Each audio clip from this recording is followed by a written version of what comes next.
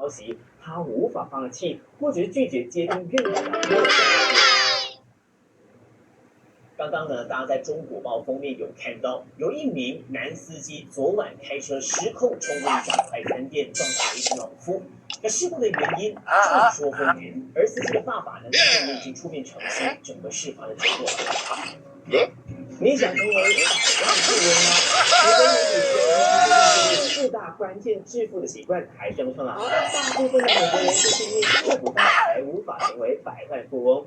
到底是哪四大秘诀这么难呢？广告回来告诉你揭晓。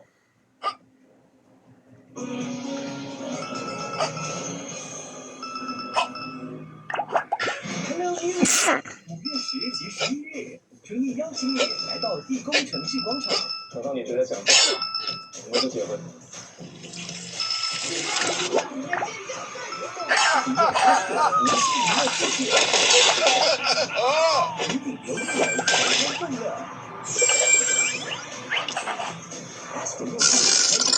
Wake up, Talking Hank!